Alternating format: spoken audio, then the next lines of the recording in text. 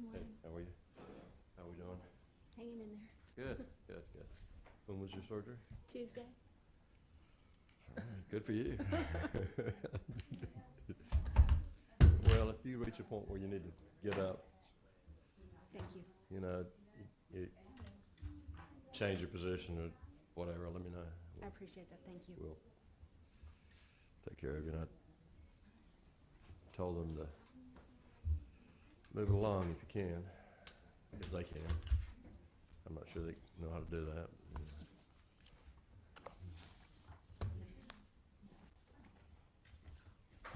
All right, we're in session. Just the defendant's present and the attorneys are present. I spent 20 minutes or so in chambers this morning with the attorneys trying to kind of get some things straight from a logistical standpoint in terms of the evidence for today. We may still have to have a hearing out of the presence of the jury at some point, but I think right now we're ready to go. And we've,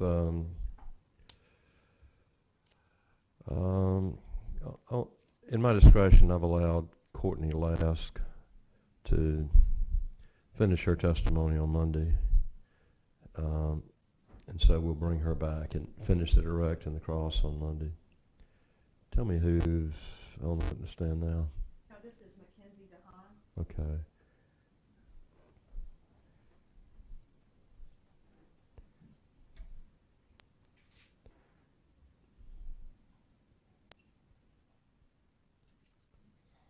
And she's had knee surgery? Hip. Hip surgery, okay. On Tuesday.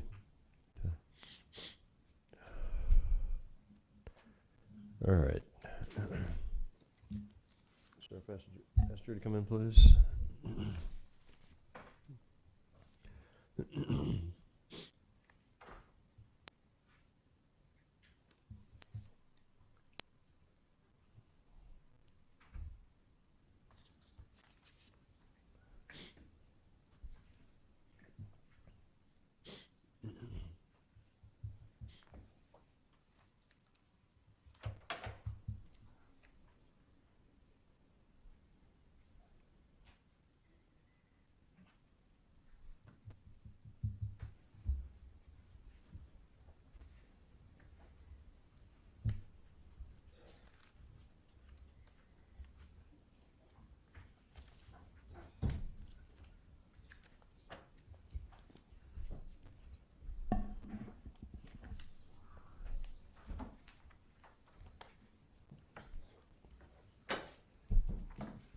Morning, folks. Apologize for the delay in getting in here. I met with the attorneys in chambers for sometime this morning, and to just kind of logistically figure out the best way to deal with the evidence today. There are some legal issues with regard to some of the witnesses that are coming in, and I'm trying to avoid having to have some kind of lengthy hearing before you hear the testimony. I've allowed Courtney Lask, who was here yesterday evening, to finish her testimony on Monday, and so we're going to bring her back Monday and finish the direct and the cross-examination of Ms. Lask. The next witness to be called by the state is Mackenzie DeHaan, is that right? Yes, sir. Who's on the witness stand right now. Ms. DeHaan apparently had hip surgery on Tuesday, and so we appreciate her being here, and she may need a break before you do. She may have to get up, move around, or do something to change her position, so just kind of be aware of that, and we'll deal with that as we hear her testimony. Sheriff, can you get to the Bible? Okay. Yes, sir. Okay. Don't stand up. Just remain seated. Okay.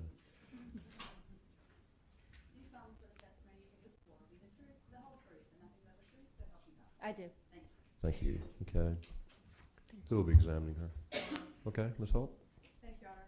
Would you state your name, please? Mackenzie Dehaan, D-E-H-A-A-N. And how are you employed? I'm currently employed as a forensic scientist with the North Carolina State Crime Laboratory here in Raleigh. I am assigned to the forensic biology section. And what do you do as an analyst with the forensic biology section? In the forensic biology section, I serve a dual role. I am a body fluid identification analyst. In that role, I examine pieces of evidence that come in to the laboratory for the presence of body fluids, such as blood, semen, or saliva. I then prepare those samples to go on for further testing if necessary, prepare a report and testify in court. In addition, I am also a DNA analyst where I perform DNA analysis on questioned and known samples submitted in a case, develop genetic profiles, compare those profiles to see if there are any matches or non-matches, prepare reports, and testify in court. In this particular case, did you operate in your function as a body fluid identification analyst? I did. And is it typical in the state crime lab for there to be basically two steps with regard to a DNA analysis? That is, that it comes through a body fluid identification analyst and then goes on to a DNA analyst? Yes, that's the norm. The norm in the crime lab is to go through both a body fluid identification analyst and then go to a DNA analyst. Sometimes those are the same person, sometimes they're different people. And in this particular case, is there any reason that you yourself didn't do the DNA analysis? I believe there was a bone sample submitted as a standard. I was not trained at that time to process bone for DNA, so all of the samples went on to an additional person. And with regard to your training experience, specifically in the area of body fluid analysis and identification, can you describe that for the jury? Yes, ma'am. I have a Bachelor's of Science degree in chemistry as well as a Bachelor's of Science in biology. I then went on to obtain my Master's of Science in microbiology from the University of Tennessee. Upon completion of my master's, I was employed by the State Crime Lab. I completed an in-house training program in the field of body fluid identification. This consisted of both written and practical examinations, lectures, readings. It culminated in a competency test, which I had to pass with 100% accuracy. In addition, I take a proficiency test that's provided by an external provider annually in order to maintain my proficiency and continue to work cases. Annually, we attend training, either put on by outside vendors or other forensic groups, in order to further our knowledge and stay current with techniques. And have you had the opportunity to testify, excuse me, before as an expert in body fluid analysis? Yes, ma'am. And how many times have you done that? As a forensic biologist, it's been about 95 times. Now, at this time, the state would tender Agent Dehaan to the court as an expert in forensic biology, and specifically in body fluid identification. Very well. The court accepts the tender. You may proceed. Agent Dehaan, with regard to the case in which Laura Ackerson is listed as a victim, did you receive certain items of evidence on September the 13th of 2011? I did. And how were they received? How did you receive them? They would be transferred from my evidence technician in the crime laboratory to myself. Each item would be in a sealed condition when transferred between people. And so when law enforcement has items that they submitted to the state crime lab for analysis and further testing, they actually turn it over to an evidence custodian who then keeps it secure until it's turned over to you or other analysts there? Yes, ma'am. Could you describe for the jury, if you would, what items that you received on September the 13th of 2011 regarding this case? Yes, ma'am. I received 3 items labeled as DNA swabbing, a white bath towel, a 3M disposable respirator, a rose in color bath cloth, 4 latex gloves and a 3M disposable respirator, yellow dish gloves, carpet pad from under the dining room carpet, carpet pad from under the hallway carpet, swab from the linen closet frame, door frame, 3 samples of water from the P-trap, a swab sample from a mattress pad, and an additional sample of water from the P-trap. And once you received all of those items, did you undertake to perform some analysis on those items? Yes, ma'am. And specifically, what was requested of you with regard to these items that were submitted? What I was asked for examined for was blood. And can you describe the process you go through in examining an item for the presence of blood? The first thing I do is a visual examination. I'm looking at the items submitted for any stained areas that could be consistent with staining from blood. I would then do an examination that would give me a chemical indication on whether or not blood is present. If that is a positive result, then I would take a small cutting or swabbing, depending on the type of item submitted, in order for that sample to go on further for DNA analysis. And so if you get a particular item and you're asked to examine it for blood, if the result is negative, does that kind of end the inquiry in terms of passing that item on for any further analysis? If it was for blood, yes, ma'am. And you've indicated you've been trained, DNA is contained in blood, is that correct? Yes. You had indicated that you received a white bath cloth or bath towel to examine as one of the items. Yes, ma'am.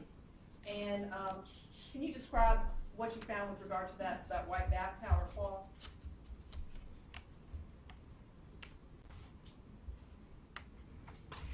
Yes, it was lightly stained, the white towel.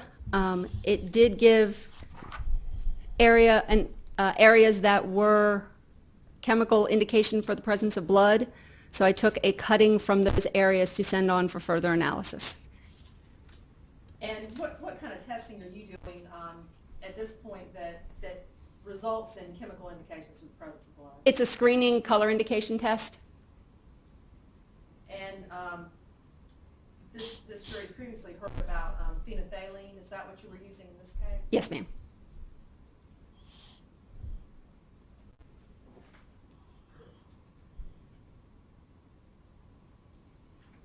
Your Honor, may I approach the witness? All right.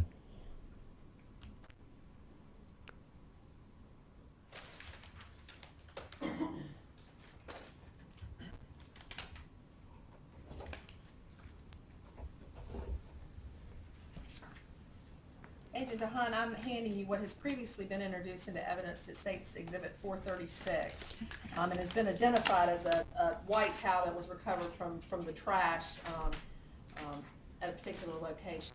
Is this the item that you received?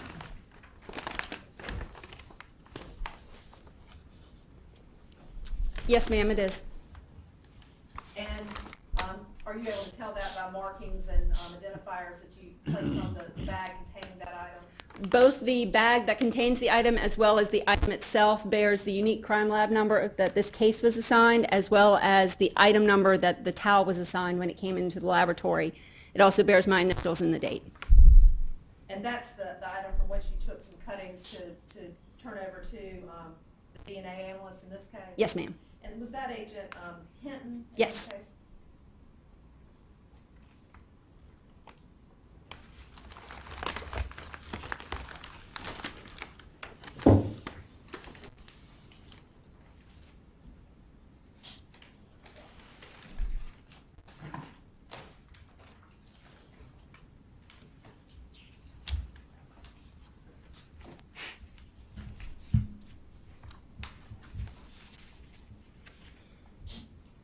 May I approach again? All right.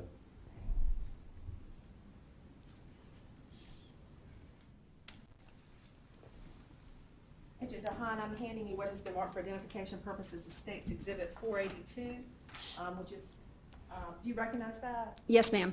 And what is State's Exhibit 482? State's Exhibit 482 is a plastic bag containing the sealed manila envelope that I prepared in this case. It contains the cuttings that I took from the towel to go on for DNA analysis. And again, are you able to recognize that by markings that you placed on that exhibit? Yes, the envelope has the state crime lab number, the item number, my initials, and the date, as well as a short description. And does it appear in the same condition as when you packaged it and sent it to Agent Hinton for further DNA analysis? It's been opened several other times, but other than that, yes. Now, at this time, the state would move to introduce into evidence State Exhibit 482. Move we receive. And Agent DeHaan, you indicated that the cuttings that you took from the white towel, and which are in 482, were the areas that tested positive for blood or gave chemical indications for blood. They gave chemical indications, yes, ma'am.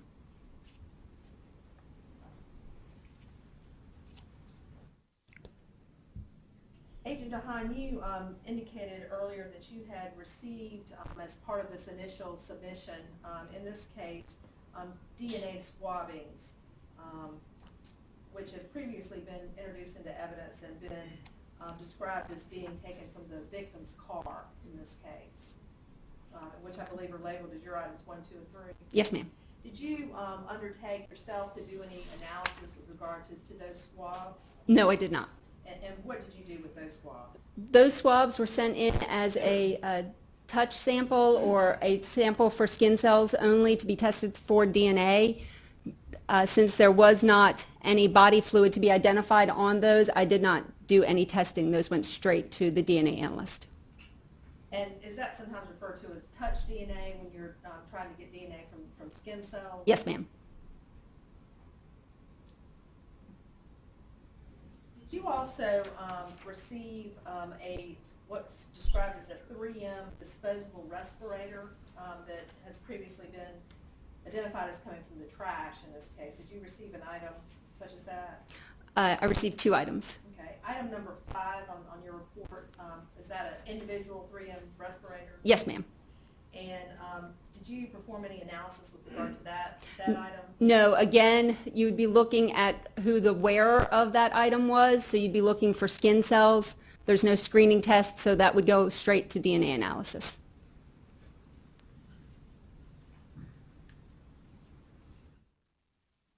Did you receive a rose in color bath towel at this initial submission? Yes, ma'am. And did you conduct any testing with regard to that rose in color bath towel? I did. And can you describe what testing you performed?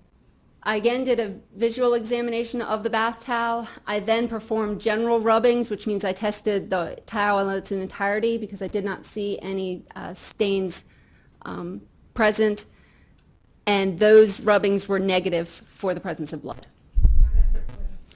You may.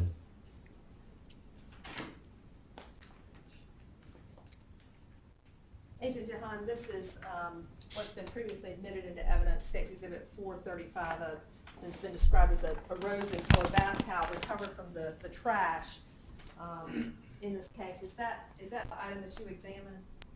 Yes, ma'am. The bag contains the lab number, the item number, as well as my initials and date as being the rose in colored towel. And does that towel appear to have bleach stains on it? That's what I would characterize them as, yes.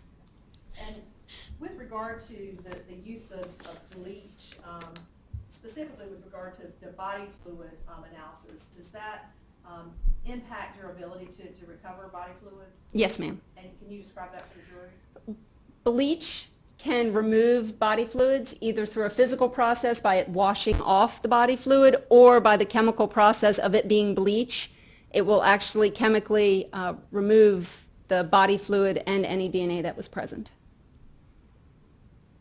And as part of this initial submission, again, did you receive an item which was described as being 4 latex glove and another 3M disposable respirator? Yes, ma'am. And can you describe what you did with that item?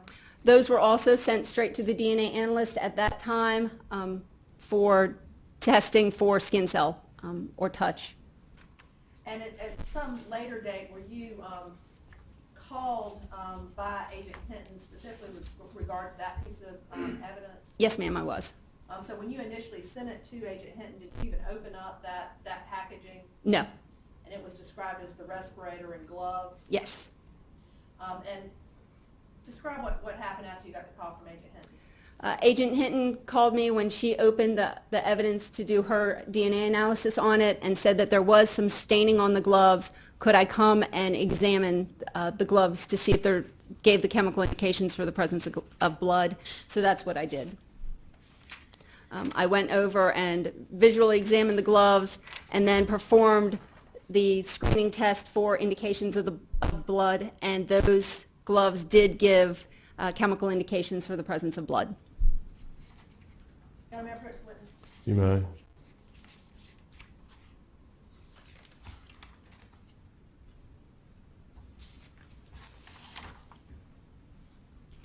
Agent DeHaan, I'm handing you what has previously been introduced into evidence, State's Exhibit 434, and ask if you recognize that item.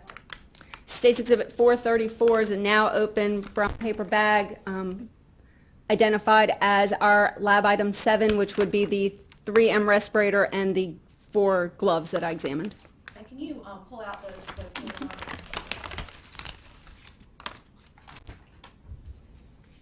And when you went, after Agent Hinton called you over there and examined the gloves, you indicated that there was some staining present. Yes, ma'am. And where was the staining present? The staining present was on multiple areas of the gloves, and I tested some of those areas.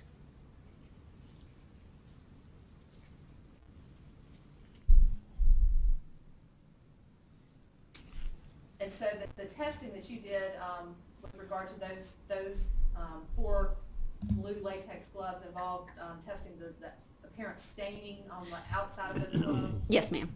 And that was positive or gave chemical indications for the presence of blood? Yes, ma'am. And they appear at this point to be attached all together. Is that how they were when you saw them? Yes, Agent Hinton had stapled them together so that they could be identified.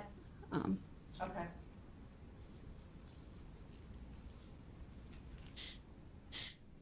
Did you do any further testing on those gloves, those blue latex gloves, after Agent Hinton had asked you to come and test them for chemical indications of pregnancy? No, ma'am.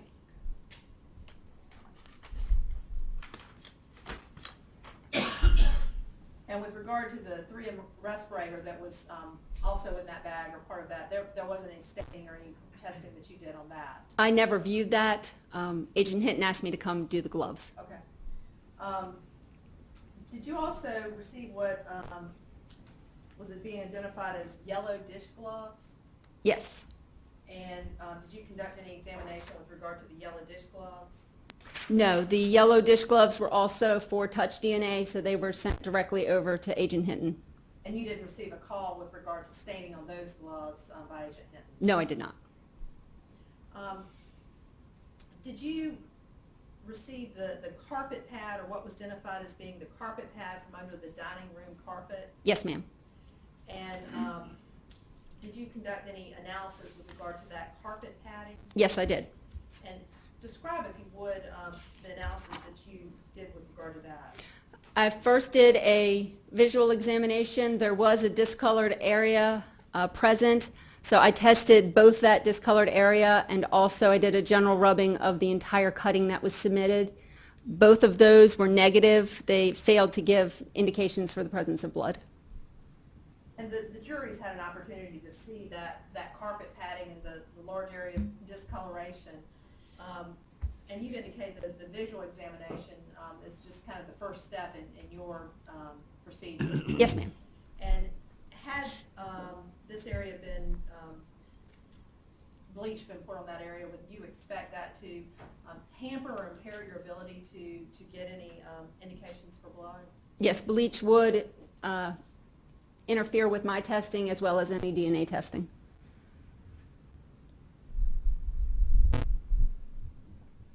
Did you also receive padding that was identified as coming from underneath the carpet in the hallway? Yes. And with regard to that carpet padding, did you note any staining to that? I did, and so I performed the same type of testing, tested the stained area, and then additionally tested the cutting in its entirety to see if there were any indications, and there were not. Did you also receive what was identified as a swab from the linen closet door frame? Yes, ma'am. And did you perform any testing on that item? I did. I, again, screened it for the presence of blood, Simply rubbing of the swab did not give me a reaction. I took a small cutting from the tip of that swab and performed the testing on the tip cutting that I took, and that did give a positive reaction for chemical indications for the presence of blood. Madam First Witness. You may.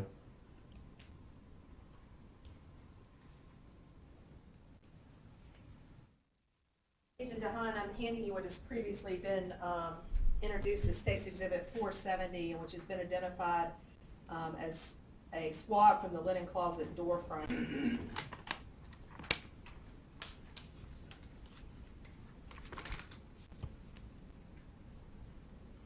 And do you recognize that as the swab that you conducted your testing on?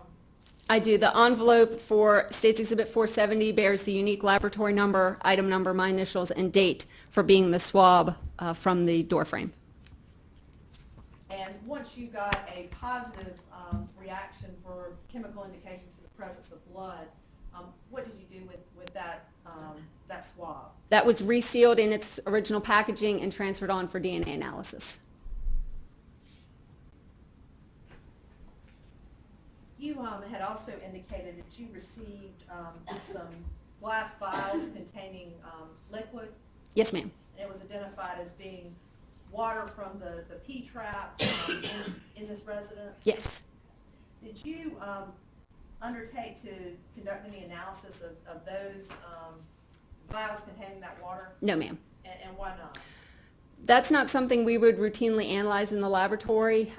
Getting water from the P-trap, the water constantly moves through, so trying to narrow that down as for when or where it came from would be impossible. And as far as the actual testing of water for the presence of blood, is that possible with the chemicals that you have or that you perform there in the state crime lab? Not in the not while they're in the water form, no. Okay. And what if you get something that's liquid? What do you typically have to do to be able to conduct any testing on it? We would have to dry down the sample and then place it onto a swab or another type of material, and then do the testing from there. And I believe you indicated earlier that that test is not one that you perform, and you've indicated if water is continuing flowing through pipes, that would be difficult to kind of isolate the water that may be relevant, even if you could do that kind of testing. Correct.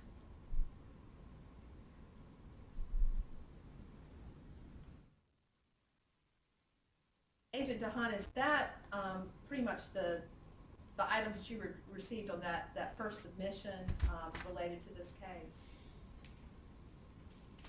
Yes, ma'am. And on April the 4th of 2013, did you receive some additional items? Yes. And were these items, were they identified to you as having been recovered from Texas? They were, yes. And what items did you receive at that time? I received a gray towel, a green towel, 5 pieces of a gray t-shirt, a swabbing of possible tissue sample, 2 swabbings from a 75 quart cooler, 3 swabbings from a 120 quart cooler, swabbings from a chain in the boat, swabbing from the coffee can in boat, 2 swabbings from boat oar number 1, 2 swabbings from boat oar number 2, 6 swabbings from the U-Haul trailer, 3 swabbings from the machete, and 17 swabbings from the boat. And in terms of your testing of those items, can you describe what items you performed tests on and the results? Each of those items was tested for indications to see whether or not they gave indications for the presence of blood. I went about with the same process as I've previously described, doing a visual examination, looking at the evidence, and then performing the chemical indication test.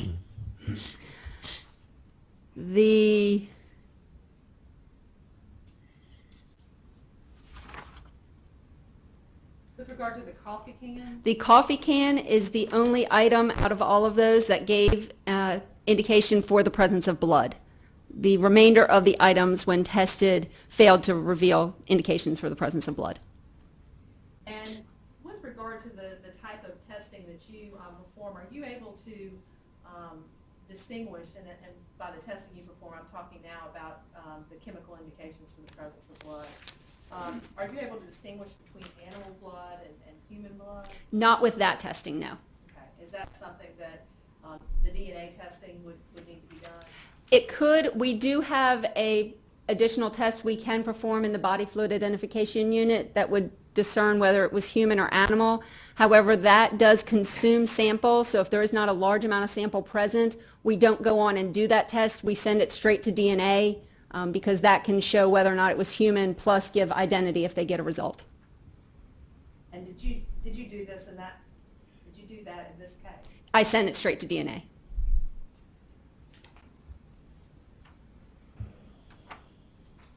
With regard to, and just to make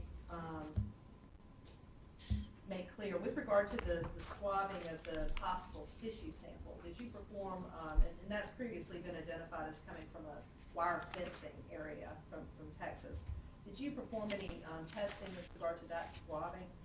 I did. I tested it to see if it would give any indications for the presence of blood, and it did not. And was that sent on for any further testing?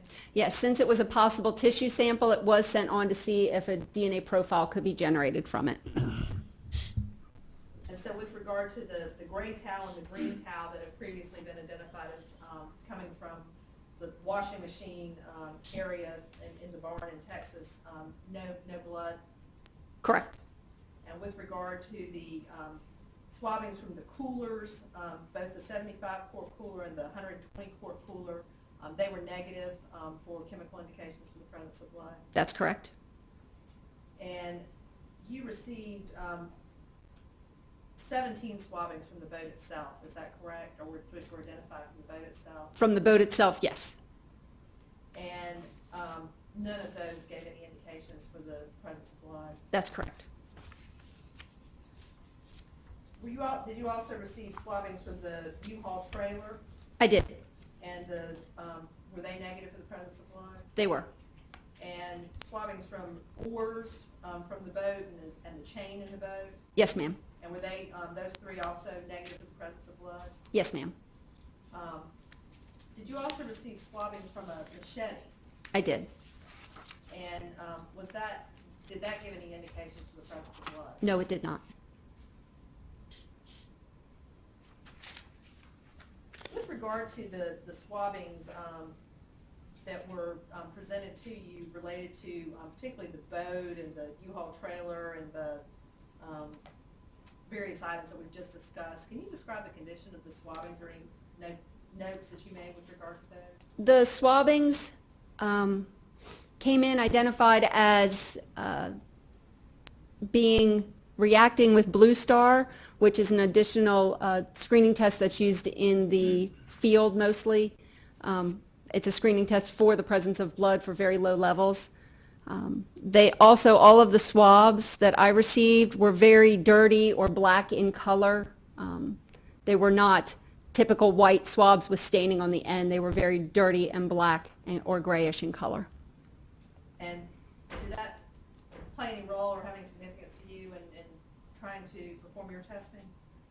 As far as my testing, if I was going to see an indication, I would still see it if it was positive, but that did make me question, could this have been treated with other chemicals prior to being collected and sent in for me? And is that important in your analysis with regard to trying to recover body fluids? It can be. And how so?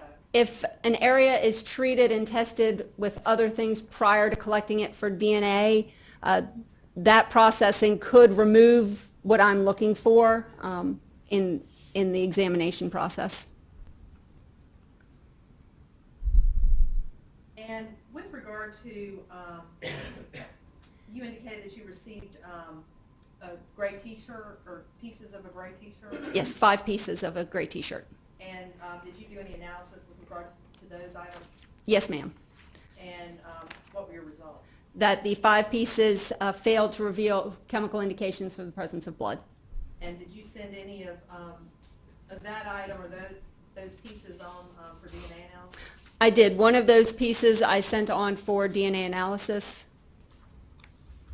It had a staining on it that could have been either tissue type material or possibly from vomit. So I sent those on, that one piece on, to see if any DNA profile could be developed from it.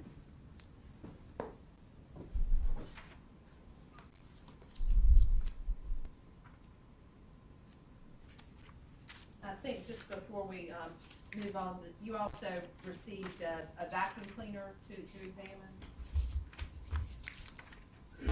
Yes, ma'am. And before we move to that, I think that there was one additional item that was recovered from the apartment, being a swab from a mattress pad, which you have listed as your item number 16. I think I neglected to ask you about that. Yes, ma'am. That was in the first submission.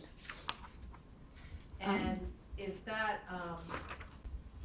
what was your results of your analysis of that particular swab? The swab from the mattress pad failed to reveal chemical indications for the presence of blood.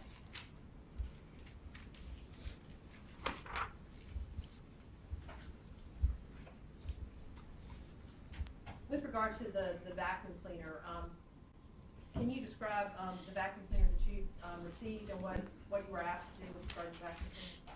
The vacuum cleaner that I received was identified as collected from the dumpster. It was a yellow in color vacuum cleaner that had an outside external hose, like one you would use with your attachments. I was asked to examine to see if there was the presence of any blood. So I examined both the outside and the rollers on the bottom, as well as I sliced open the tube and examined inside the tube, as well as inside the catch compartment where the vacuumed up contents would go for disposal. When you say you examined, perform any tests? Yes, I did examination for chemical indications for the presence of blood. And what was the result of that? That neither the vacuum nor the hose or components gave indications for the presence of blood. And this was, or was this the yellow vacuum cleaner that had been identified as coming from the trash? Yes, ma'am. And with regard to the condition of that vacuum cleaner, did you note anything in particular?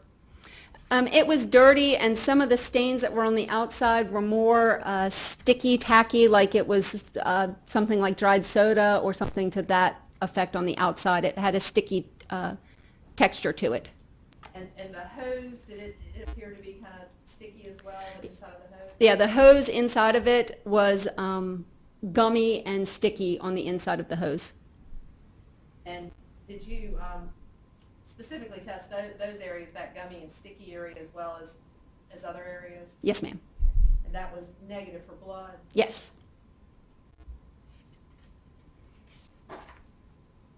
Did you also take a DNA sample from the handle of the vacuum cleaner? I did. I swabbed the handle of the vacuum cleaner where you would hold it to use it to go on for DNA testing.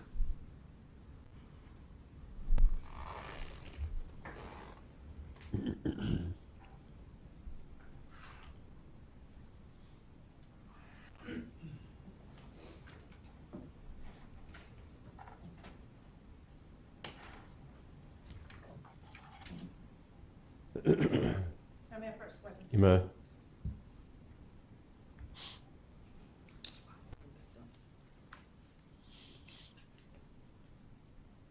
Agent Dahan, I'm handing you what has previously been introduced into evidence, State's Exhibit A-185.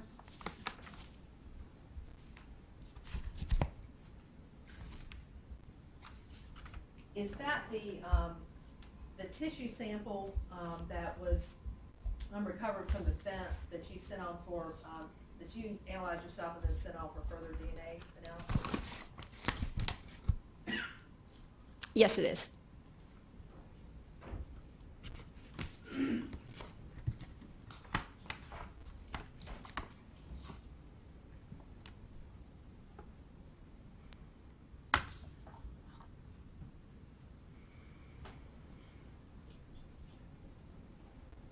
No, that's all I have this time. Okay. Questions? Yes, Your Honor, thank you. Good morning, Ms. Allen. Good morning. Let me, if I may.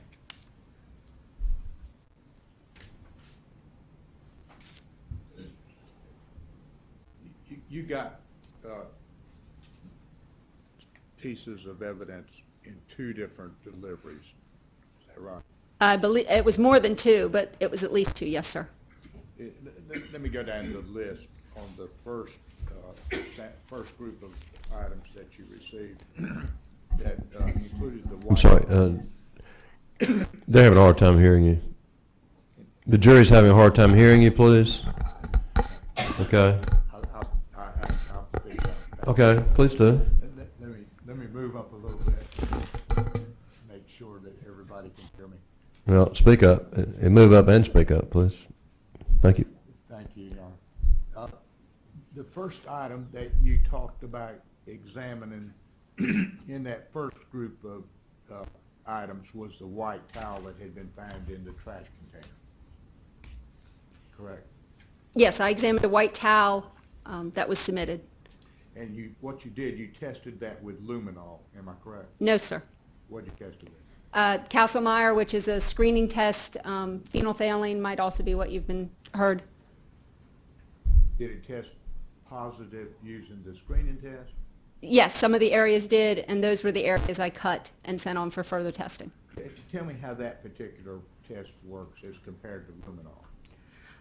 With luminol, it's a liquid solution, and you spray it on the item that you're examining. You have to do it in a completely dark room, and you are looking for a luminescence. You're looking for a glow.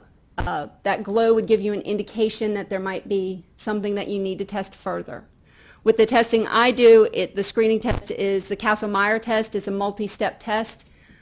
I examine the item. The areas I'm going to test further, I would rub with a piece of filter paper. I would then add 3 chemicals to the filter paper and look for a color change. If there's a color change from clear to pink, that is a positive reaction, that there's a chemical indication for the presence of blood. And that is also a preliminary test, is it not? Yes. That's not a confirmatory test. No, sir. You did not perform a confirmatory test. No, I did not. And the reason for that was that the spot that you observed was so small that you didn't want to destroy it by attempting to apply phenolphthalein to it. Am I correct? No, you are not. I'm not. Okay. Tell me what you did. The confirmatory test is a completely separate test from the phenolphthalein or the Castlemeyer test. The Castlemeyer test is done separately. We do not add the chemicals to the item itself. If I was going to do the confirmatory test, I would have to take a cutting from and perform that test. The samples were small. They were going on for DNA analysis so that I would not consume anything that then would lead us to not be able to get a DNA profile. We send them directly to DNA to be tested. So based on the test that you performed, you cannot conclude that the sample was blood, correct? No, sir. It gave indications for the presence of blood. And what you do, instead of risking destroying the sample, you pass it on for DNA analysis? Yes. Okay. And would that have gone to Agent Hinton for that DNA analysis? Yes, sir. Now, I see that you've received a number of other items that did not test positive when you did that preliminary test, correct? Yes, sir. There were other items submitted in that submission that did not give indications. There was a 3M disposable respirator, correct? I did not test that. The rose-colored towel, correct? Correct. That was negative. And that was negative. Did you say that was yes, negative? Sir. Now, the 4 latex gloves, did you initially test those for the presence of blood? No, those were initially, since they were submitted for touch DNA, I did not test them. Those were what I went over and tested at a later date. And that was after you had already submitted those gloves to Agent Hinton for DNA analysis? Yes, sir. And when they came back to you, did you do that preliminary test? I went over to her office, but yes, I did the same preliminary testing on those. And what was the result of the preliminary test? That they gave chemical indications for the presence of blood. And you did not do the confirmatory test? No.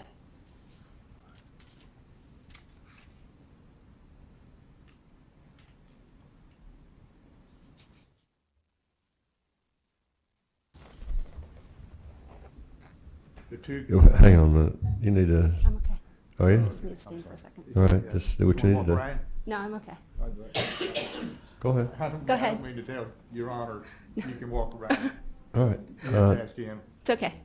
You okay? Yes, sir.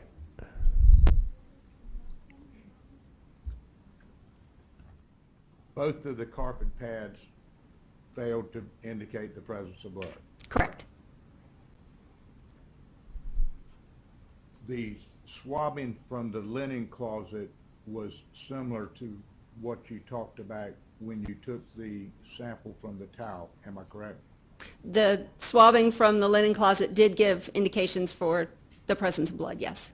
And that was a preliminary test, was it not? Yes, sir. You did not do the presumptive test to determine whether it really was or was not blood. I did a presumptive test. I did not do a confirmatory test. And you passed it on for DNA analysis. Yes.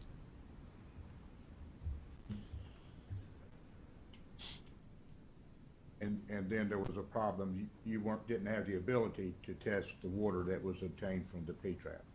Correct. So of all of the items that were submitted to you during that first delivery, you had 2 items that tested positive using the preliminary test, but nothing that tested positive using the confirmatory test. I did not perform a confirmatory test, so I don't know what the results would have been. Okay, so we were talking about 2 items that were forwarded on for DNA analysis. Along with other items.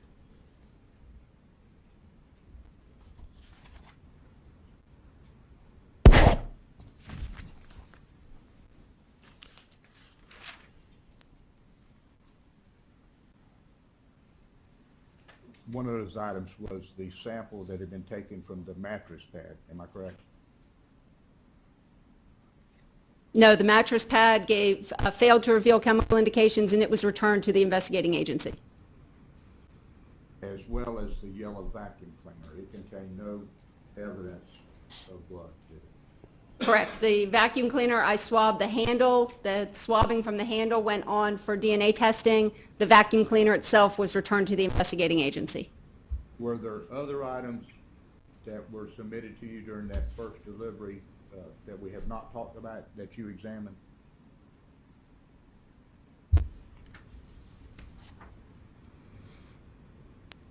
I examined both towels, the white and the rose in color, the carpet pad, 2 items of carpet pad, the sample from the mattress pad, and the swab from the linen closet door frame. And then the gloves at a second occasion, but they were on the first submission. Okay. During that first submission, were you given a white shirt that was dirty and moldy? No, sir. Were you given a pair of men's underwear that were dirty? No, sir. Were you given a pair of men's leather sandals? No, sir. Have you ever been given those items to test for the presence of blood? No, I've not looked at a pair of shoes, a pair of underwear, or a white shirt. No. Are you aware of any other items that were retrieved from the trash container that were submitted to you to test for the presence of blood? I only tested the items I've talked about. If other things were collected, I'm unaware. Now, during the second, I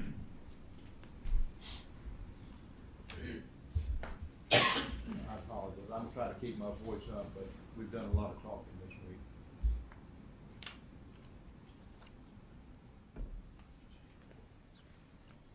In that second submission, those were items that came from Texas, correct? The second submission I received, yes, sir. And you found using a preliminary test, you found only one item that indicated the possible presence of blood, am I correct? Correct. And that was the, what do you call it, coffee can, did you say? The sample, the swabbings from the coffee can, yes. And did you perform any confirmatory test on that sample? No, sir. They were sent on for DNA because of the size of the staining present. And everything else tested negative? Correct. May I have a moment, John? All right, sure.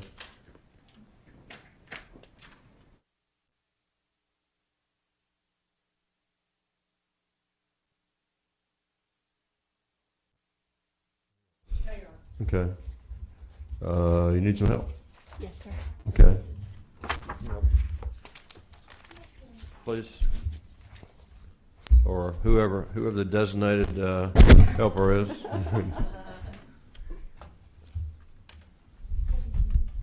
Just that right folder. Okay.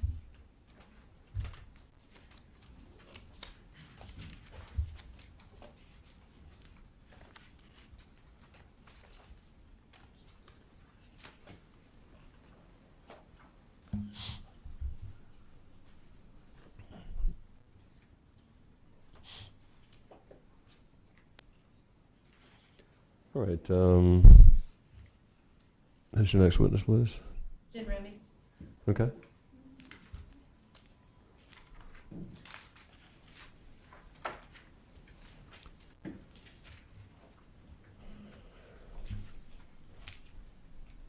To be sworn, please.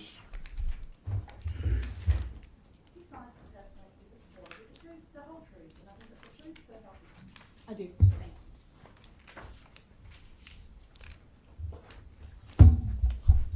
You may proceed. Thank you, Your Honor. Would you state your name, please? Jennifer Remy. And how are you employed? I'm a forensic scientist with the North Carolina State Crime Laboratory where I work in the trace evidence section. And what is the trace evidence section? The trace evidence section is kind of a catch-all section. We work in a variety of different areas to include hairs, fibers, paints, polymers, arson explosives, and gunshot residue.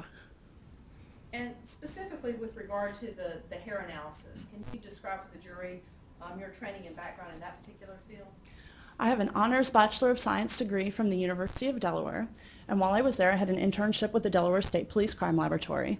I then went on to graduate school at the University of Illinois where I earned my master's in forensic science. While I was there I had the opportunity to take a number of different forensic microscopy classes at the McCrone Research Institute, which is one of the world's leading microscopy teaching centers. I was then hired by the State Bureau of Investigation and I underwent the in-house training programs in hair and fiber analysis. During my training and then as continuing education, we go to a variety of different workshops and seminars. I've been back to the McCrone Research Institute as well as to another microscopy teaching center. We've taken classes at a variety of different universities to include North Carolina State University, Bowdoin College in Maine, and the University of Missouri in Rolla. I'm a member of the Southern Association of Forensic Scientists, the American Society of Trace Evidence Examiners. I'm a fellow of the American Board of Criminalistics with a specialty area in hair and fiber analysis. I'm an acting member of SWGMAT, which is the Scientific Working Group for Materials Analysis, which is a group of about 60 experts from across the world that get together to set best practices in forensic science. I'm currently the fiber subgroup chairman, and I also currently teach a class in forensic microscopy at North Carolina State University. Have you had an opportunity to testify as an expert with regard to fiber and hair analysis? Yes, I have. How many times? Approximately 30. You know, at this time, the state would tender Agent Remy to the court as an expert in hair and fiber analysis. The court accepts the tender. Go ahead. Agent Remy, with regard to the case in which the victim was listed as Laura Ackerson, did you receive certain items of evidence to examine there in the lab? Yes, I did. And I've identified the victim. Is that one way that you identify cases that are submitted there in the lab? By the victim? Mm-hmm. Yes. And then are they assigned a case number so that every item of evidence that's submitted to the state crime lab can be tracked? Yes, that's correct. Every case that comes in the door of the laboratory is given a unique laboratory number, and then anytime an officer would bring in additional evidence, it's given that same laboratory number and then an additional item number to specifically identify that particular piece of evidence. And with regard to this case, can you describe what items that you received? I received, we renumber them, of course, so you'll have a variety of numbers from our numbers to the police department numbers. It's the laboratory number 10, hair and debris from the bath drain in the tub, which is the police item 57. My item number 27, which are unknown fibers in tape from a black plastic bag, police department number 56. Item number 28, hair from a mushroom weight, police department number 57. Hair from, my item number 29, hair from a gray blanket on top of the hutch, which is police department number 62. Item number 30, which is hair from the interior right wall of the U-Haul trailer, their item number 63. And my item number 31, hair and vegetation from inside the 75-quart cooler, their item 66. And with regard to receiving those items into the lab, can you describe what process you underwent to test or examine those particular items? The type of examination I performed in this case was a screen for DNA. Some hairs are suitable for nuclear DNA analysis, and so I was asked to determine if any of the hairs present in any of these items would be suitable for DNA. And can you describe the process that you go through in determining whether a hair that's submitted into the lab is suitable for DNA? In order for a hair to be suitable for DNA, we need to examine the root area of the hair. The root, your hair grows, and it goes through 3 different phases. The first phase is the anagen phase, and that's the phase where your hair is actively growing and it's firmly attached to your head. These aren't hairs that typically fall out by themselves. The final phase is the telogen phase, and that's the phase where the hair is complete, the growing is completed, and a new hair will grow up behind it and push that hair out. Those are the hairs that you routinely find like on your clothes, for instance.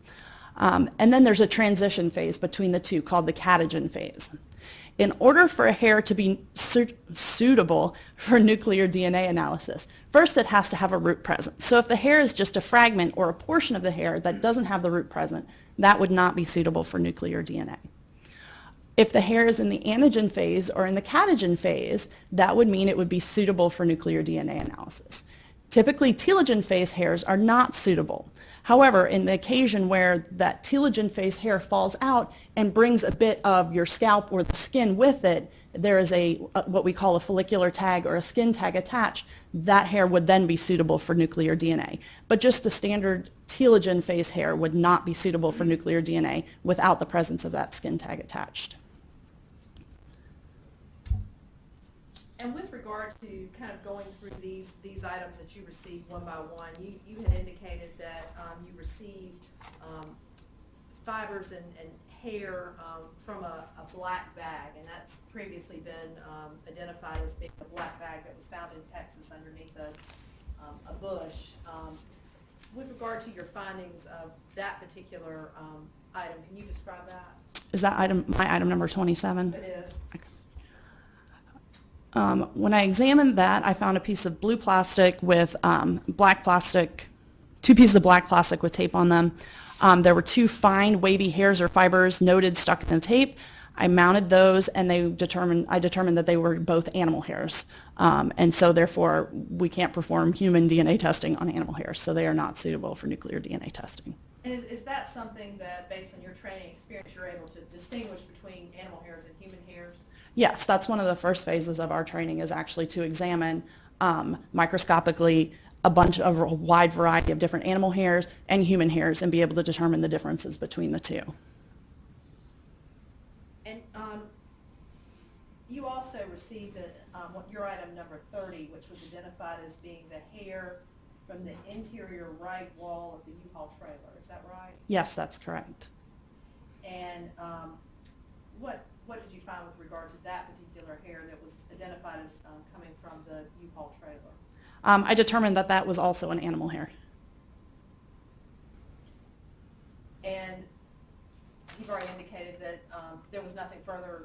the lab to do at that point once it was determined to be animal hairs. Is that right? Yes, that's correct.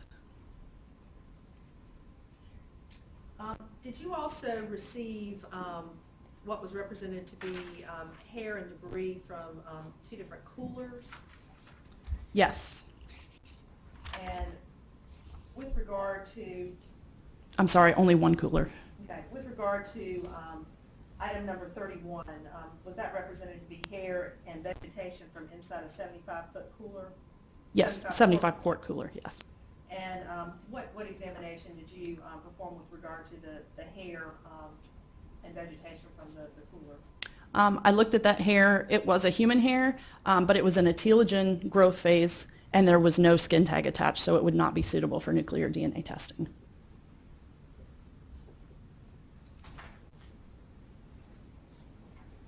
Did you receive what was represented to be hair from a mushroom weight that has previously been identified as being in a boat in Texas? Yes, I did. And with regard to the hair from the mushroom weight, what did your analysis reveal? I found that there were numerous hairs there, but that they were all fragments. So the root area was missing, so therefore not suitable for nuclear DNA analysis. Did you also receive what was represented to be a hair from the gray blanket on top of the hutch, your item 29? Yes, I did. And what analysis did you perform with regard to that hair? There was one hair present. It was in the telogen growth phase, but it did have a skin tag attached to that one. So in that instance, when there is that skin tag attached, it may be suitable for nuclear DNA analysis. I removed the root.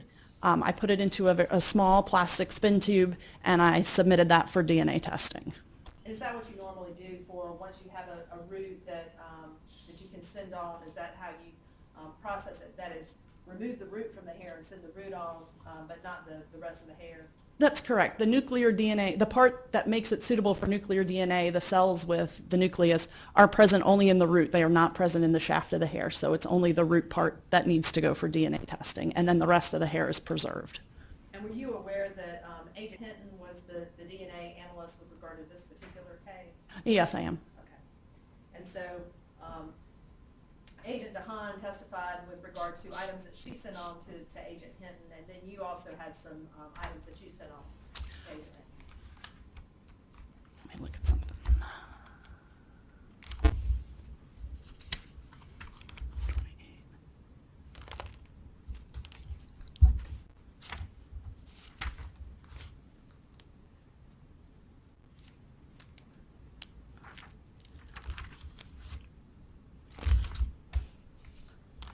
I'm looking at the wrong number. Yes, I just wanted to make sure that I actually handed them to her, and I did. I gave these items directly to Agent Hinton. We can either hand them directly to the analyst that's doing it, or we can turn it back over to an evidence technician who then, when the next analyst is ready, will request it from them. But in this case, I did give them directly to her. And did you receive your item number 10, what was represented to be hairs from the bathroom drain? Yes, I did. And what analysis did you perform with regard to those items? I examined the hairs from the drain, and I noted that there were some curly hairs and just a lock of maybe blonde-colored hairs present. I examined them to look at the roots. I noticed that the hairs were the blonde hairs were unusual in appearance, in that they had a large diameter variation and that both ends appeared tapered. Normally only the tip end is tapered, the root end doesn't normally get that. They were generally Caucasian in appearance, and if they are Caucasian in appearance, hairs that have Caucasian characteristics don't typically have a lot of diameter variation. So the variation in diameter along with the tapered roots made it look unusual to me. There were 4 hairs, there were about 65 hairs there, 65 of them were not suitable for nuclear DNA analysis. They were either fragments or they had those telogen roots with no skin tag on them. 4 of the hairs had telogen roots with a skin tag present. So I removed the roots from each of those hairs, placed them in 4 individual tubes, and sent those for DNA testing. And you've indicated that these hairs that were recovered from the drain that they appeared unusual in appearance, and you've described the variation in the diameter of the hairs and also the tapered ends.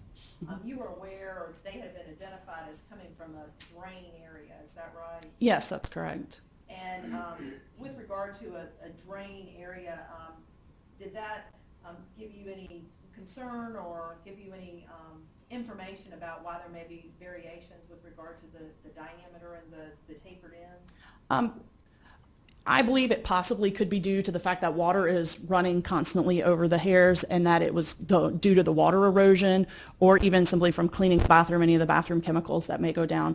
I don't have any data or anything to back that up. That's just my theory as to how they got to be that way in appearance. And we've heard testimony about bleach and the reaction that may have, or the effect that may have on DNA or blood evidence. With regard to the chemicals and hair, does that wear down hair, chemicals? Yes, chemicals can wear down hair.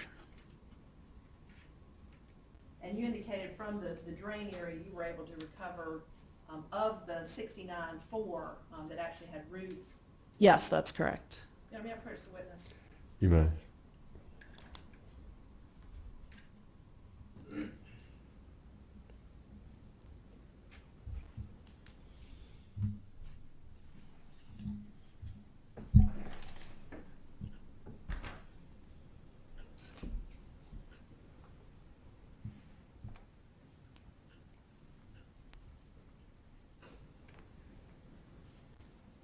Agent Remy, I'm handing you what's been marked for identification purposes A180. I believe that's already been admitted into evidence. Do you recognize that? Yes, I do. And what is that? This is my item number 29, which is hair from the gray blanket on top of the hutch.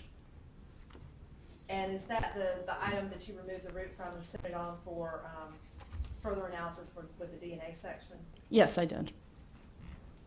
Now, may I approach again? You may. This is State's Exhibit 471, which has previously been admitted into evidence. Do you recognize that? Yes, I do. And what is State's Exhibit 471? This is hair and debris from the bath drain. And is that what you received and removed the roots from the 4 hairs? Yes, that's correct. This is my item number 10. And finally, with regard to State's Exhibit 481, do you recognize that item? I don't recognize this envelope. Can you open that up and remove?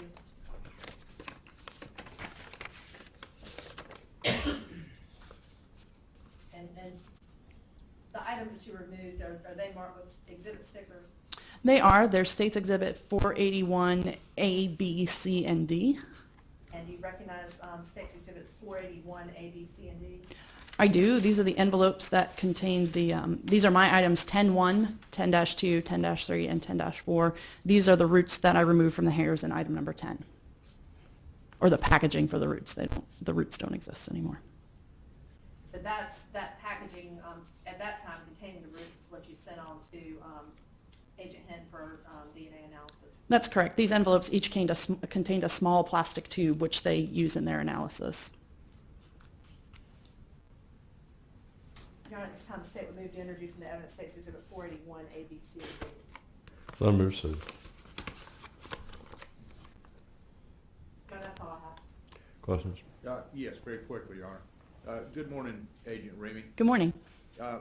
By my count, you forwarded on for DNA analysis 4 hairs that were found in the drain of the bathtub, correct? 4, that's correct. And then there was 1 hair that was found on the hutch in Texas that was forwarded on for DNA analysis, correct?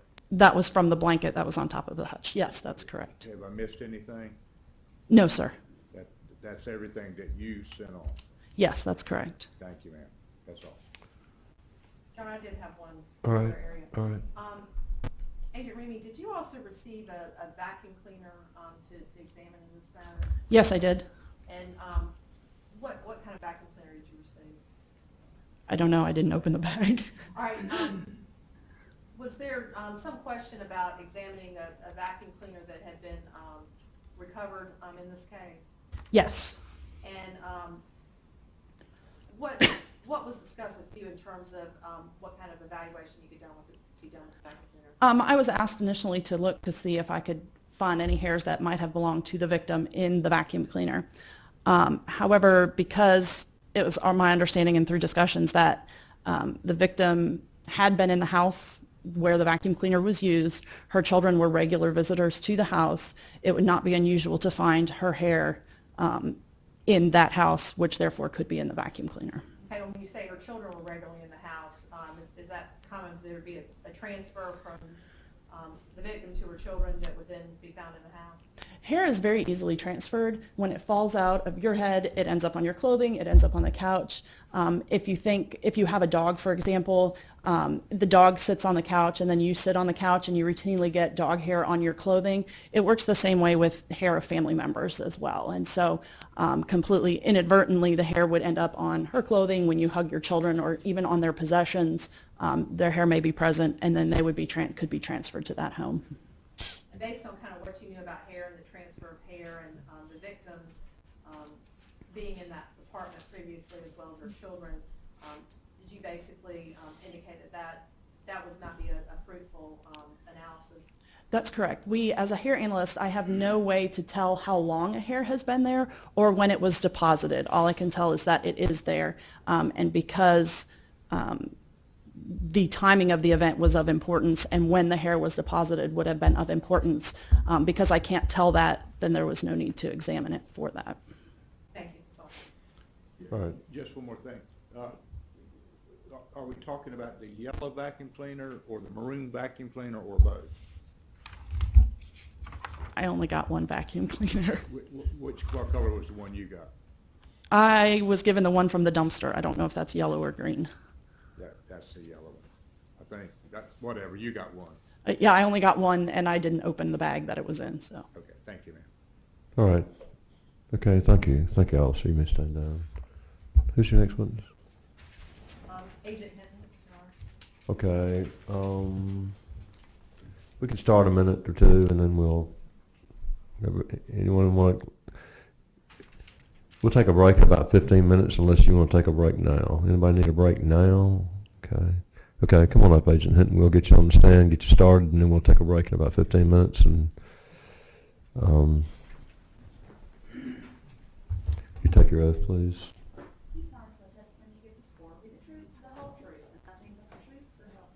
I do.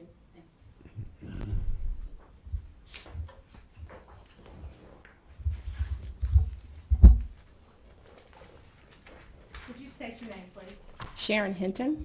And how are you employed? I am a forensic scientist with North Carolina State Crime Laboratory as a DNA analyst.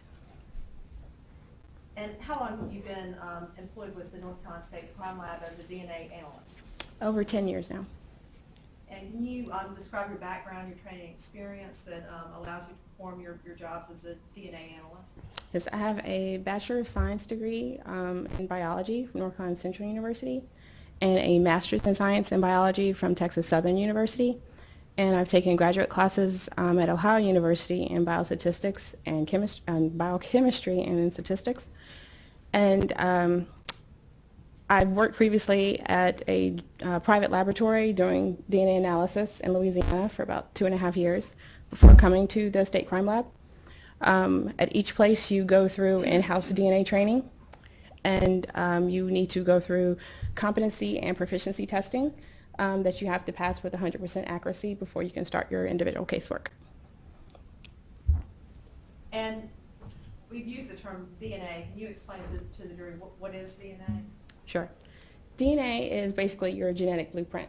It makes up your physical aspects, whereas your daily bodily functions. Basically, 99.9% of everyone's DNA is the same. 0.1% of a person's DNA is different. That makes them unique. And you inherit this from your mother. So you get half from your mother and half from your father. and your DNA will stay consistent throughout your lifetime. And it's that 0.1% that we use to develop a person's unique DNA profile when we make comparisons and evidence to any known samples that are presented in a case. And we will make comparisons for matches or exclusions and make reports to that effect. And where in a person's body is DNA found? In all of your nucleated cells, so it would be in your hair, in the white blood cells of your blood, your saliva, skin cells, semen, just about most of your cells in your body. And would that include your skin cells as well? Correct. And with regard to bodily fluids, you've indicated that would include blood. Would that also include saliva? And I believe you mentioned semen. Correct. And with regard to DNA in the various parts of your body, is the DNA for an individual, is it the same whether it comes from your blood or whether it comes from your saliva or your skin? Yes, ma'am. Okay, so you're not able to look at a particular sample of DNA and tell what part of the body that DNA came from? No.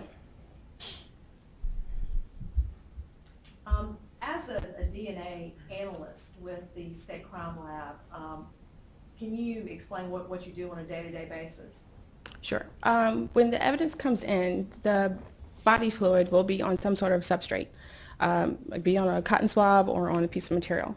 So our purpose is basically to remove the DNA from the skin cells or from whatever cell it may be. When the DNA is released into a solution, we need to know how much DNA we have to work with. Once we have quantitated how much we have, we need to basically amplify that 0.1% that makes that person unique. And when we have that, we need to run it on an electrophoresis machine that will separate it by size and charge. And it basically makes a graph. And with that graph, we will use it to make comparisons between the evidence in a case and the known samples in a case. And depending on whether or not how much of the DNA that you may have, the DNA may be degraded for numerous reasons, or you may just not have enough of the DNA cells to make any comparisons. But based on whatever you have, you'll try to make comparisons between that, evidence samples, and any known samples in your cases. And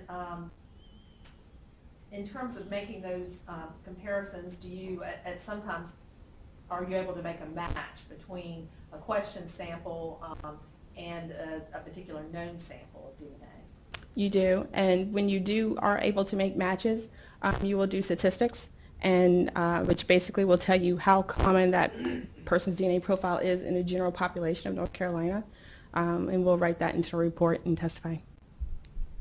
And are there times when you're able to say it's not a match? In other words, this question sample does not match with the known sample? Yes, if there are 16 locations that we test for, and you need to have the majority of those to match. If they do not match, then if the person's DNA is just totally different from what you have on your evidence items, then you would say that sample does not match. And if you do have matches in that case, or you would make your statistics on that, or you could have a situation where there's not enough of the DNA on the evidence items for you to conclusively say that this DNA came from this person, then in the report you would say that no conclusions were drawn. Is it sometimes possible to exclude a person based on what you find? Exclude a known sample, but maybe not make a match or say it's not that person? Yes, if it's not a match at all, then you would exclude the person and report out that way. And at times when you have submitted to you various items of evidence from which swabbings have been taken or cuttings have been taken, do you get what appears to you to be a mixture of more than one person's DNA? You can, depending on where the items was taken from, you can actually have more than one person's DNA on a piece of item. So we report that out as a mixture. And you can have more than one person's DNA on an item, basically meaning that, say if you have marbles in a bucket, and if you have a bucket of blue marbles, and you have a few red marbles thrown in there, you predominantly have mostly a bucket of blue marbles. And the minor, or your minor profile, would be a few of the red marbles. And based on the person's profile, you may be able to say, yes, these blue marbles match this person, these red marbles, I'm not too sure where they come from, so I'm inconclusive. Or if you have enough, you can say that it is a match to the other person. And have you, Agent Hinton, had the opportunity to testify in court as an expert regarding your findings related to evidence that comes in and that's unknown and comparing it to a known DNA profile? I have. And how many times have you done that? Approximately 60 times. Now, at this time, I would submit Agent Hinton to the court as an expert in DNA analysis. Court accepts the tender.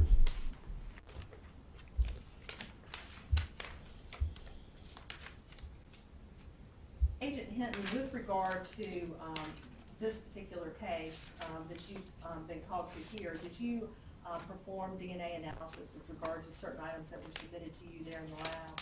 I did. And specifically, did you receive some items in September of 2011?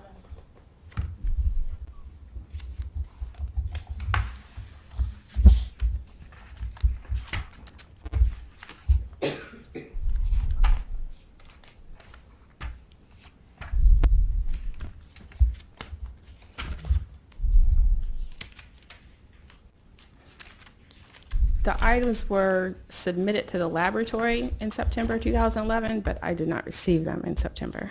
When did you first receive any items in this case? I received the first items in April 2013. And do you recall receiving DNA swabbings that were identified as having been recovered from the victim's car in this case? 3 DNA swabbings? Correct, yes. And what other items did you receive when you received those items? The 3 swabbings that were coming from the vehicle. I received a cutting from a towel, a 3M disposable respirator, 4 latex gloves and a 3M disposable respirator, a yellow dish gloves, swabs from a linen closet door frame. Were those all questioned items of evidence that have been collected from various locations? Correct.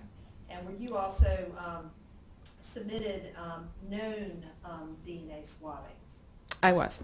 And from whom did you receive known DNA swabbings, or who were they identified as coming from? I received DNA saliva swabs from Grant Hayes and DNA saliva swabs from Amanda Hayes. And did you also receive a bone that was identified as being from the remains of Laura Ackerson? I did. Is that something that, as a DNA analyst, you're able to obtain a DNA profile, that being the bone? Correct, I am.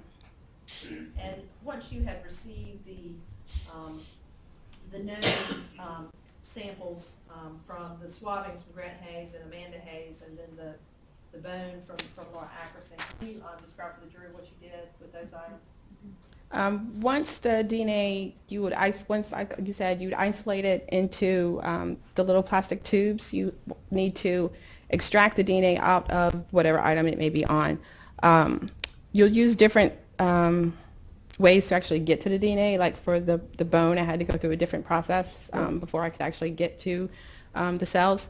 But basically, you have your DNA, you release it into the solution, and then you need to find out how much you have and amplify that 0.1% of the person, and then you do your comparisons with the graph as to the evidence samples and any known samples that you have in the case. And with regard to kind of the process that you went through related to the items of evidence that you were submitted, did you go through that same process to try to extract any DNA? Correct. And after going through that process, were you then able to make a comparison with regard to the items that you were able to get a profile from? Yes, ma'am. in terms of these specific items of evidence, were you able to get a profile from each one of these items? No, I was not able to get a DNA profile off of every item that was submitted to me. And why is that you sometimes are not able to get a DNA profile? Sometimes the sample itself could be damaged or may not be enough of the actual DNA there to get a DNA profile. Sometimes there are inhibitors that will inhibit the actual amplification of the DNA. You may be able to isolate DNA, but actually the amplification at 0.1%, something may be in the solution that you couldn't extract out of the solution when you're trying to purify it, that actually is inhibiting it for amplifying. Or the actual DNA itself just could be damaged through the environment or chemicals or something like that could damage the DNA.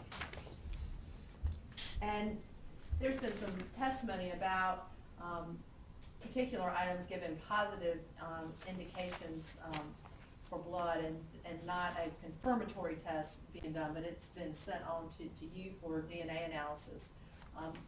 Why is that the way the lab does it? That is, to send it to you for DNA analysis as opposed to do any kind of confirmatory test? If the sample may be too small, you end up using more of the sample. Each test that you do, you're using more and more of your evidence item.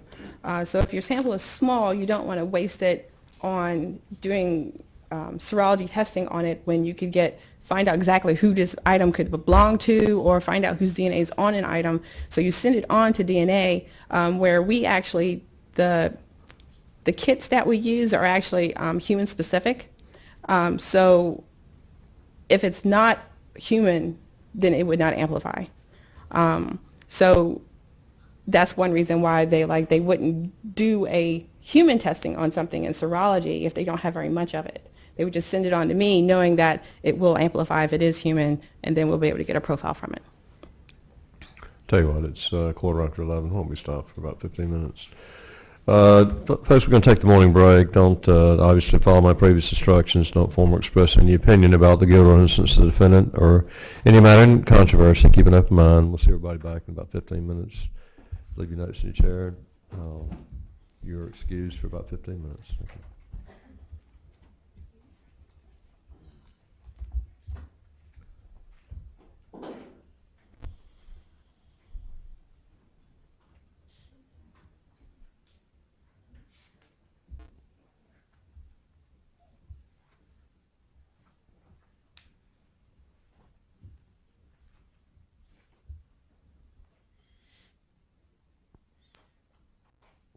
All right, the juror is absent and will be in recess for about 15 minutes. Thank you. Agent, you can stand down if you like. Thank you.